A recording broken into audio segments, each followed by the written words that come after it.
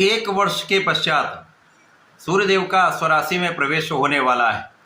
सूर्यदेव 17 अगस्त को सिंह राशि में प्रवेश करने वाले हैं। प्रिय दर्शकों, जब भी कोई ग्रह स्वराशि में प्रवेश करता है तो अपनी उच्च राशि में प्रवेश करता है, उसका बल, उसका सामर्थ्य, उसकी क्षमता में, उसके प्रभाव में कई सौ गुना वृद्धि हो जाती है।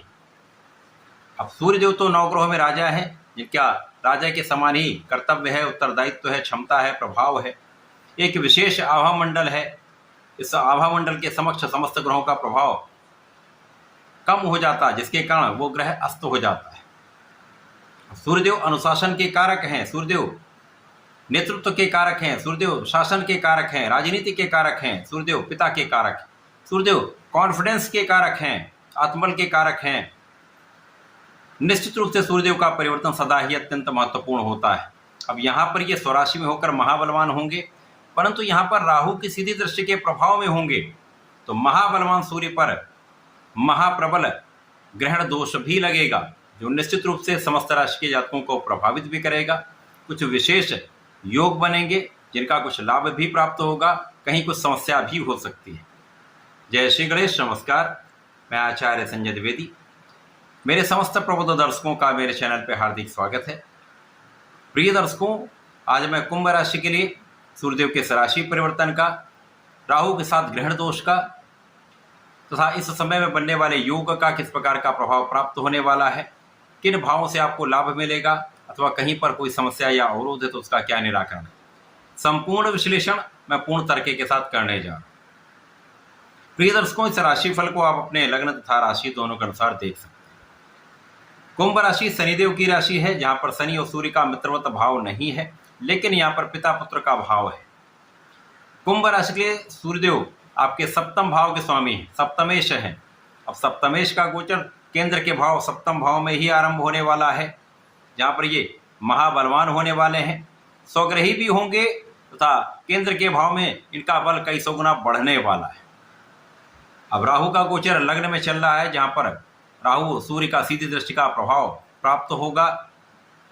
वर्तमान समय में लग्न के स्वामी शनिदेव वक्री होकर लग्न की ओर गमन करना आरंभ कर चुके हैं, जिसके कारण लग्न को प्रबलता प्राप्त हो रही तथा राहु का नकारात्मक प्रभाव यहाँ पर कम होगा।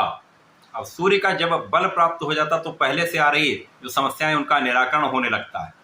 राहु जब अकेले होते तो इनका सर्वाधिक नकारात्मक प्रभाव प्राप्त होता है, क्योंकि अभी तक इनका सीधा प्रभाव आपके सप्तम भाव, जो कि जीवन साथी का भाव है, साझेदारी का भाव है, यहाँ पर ये कार्यक्षेत्र से कहीं न कहीं रिलेट करता हुआ भाव है, जिस पर राहु की दृष्टि का प्रभाव भ्रम उत्पन्न करता है, कुछ ऐसे कारण उत्पन्न करता है जिससे समस्याएं होती हैं, क्लेश बढ़ता है, हाँ कहीं न कहीं मानसिक द्वंद्व आरंभ हो जाता है।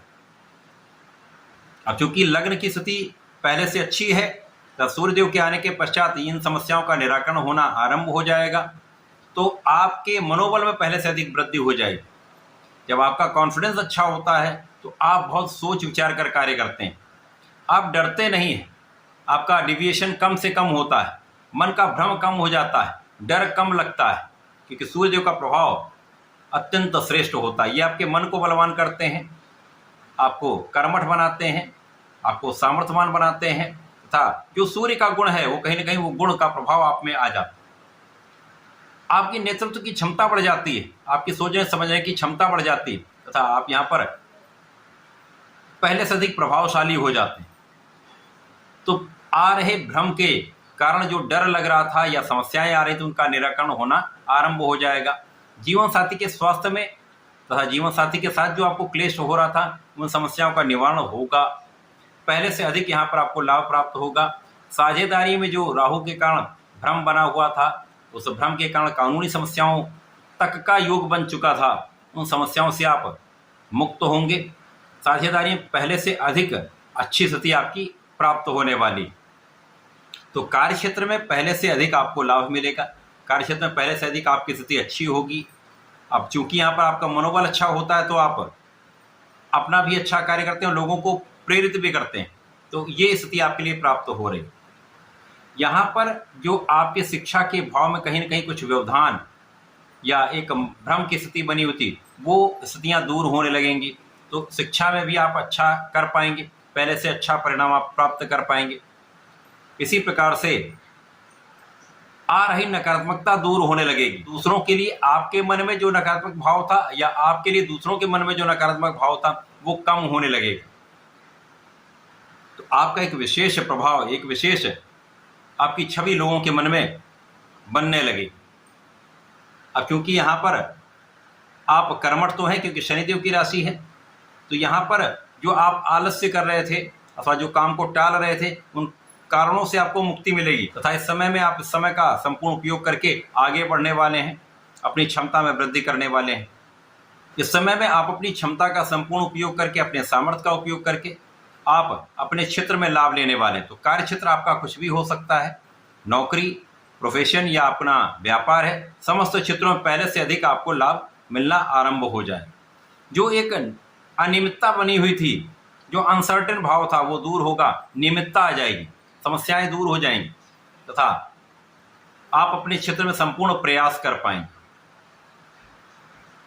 इस समय में आपको आलस्य का त्याग करना चाहिए। सुबह है जल्दी जगने का प्रयास करें, रात्र में देर तक जगने का जो काम है उसको कम कर दें, तो समस्याएं आपकी निरंतर कम होती जाएंगी। इस समय का समुचित उपयोग आप करके लाभ ले पाएंगे। इस पूरे समय में आपको सूर्यदेव को जल देना चाहिए तथा ओम गृणी सूर्याय नमः का जप करना चाहिए। भगवान भोलेनाथ में जलार्चन करें, नमः शिवाय पंचाक्षर मंत्र का जप करेंगे तो विशेष लाभ आपको प्राप्त होंगे। विशेष रूप शनिवार को यदि ये प्रयोग कर लेते तो विशेष लाभ आपको प्राप्त होगा। तो ऐसा करके इसका उपयोग करें, लाभ लें। धन्यवाद, नमस्कार।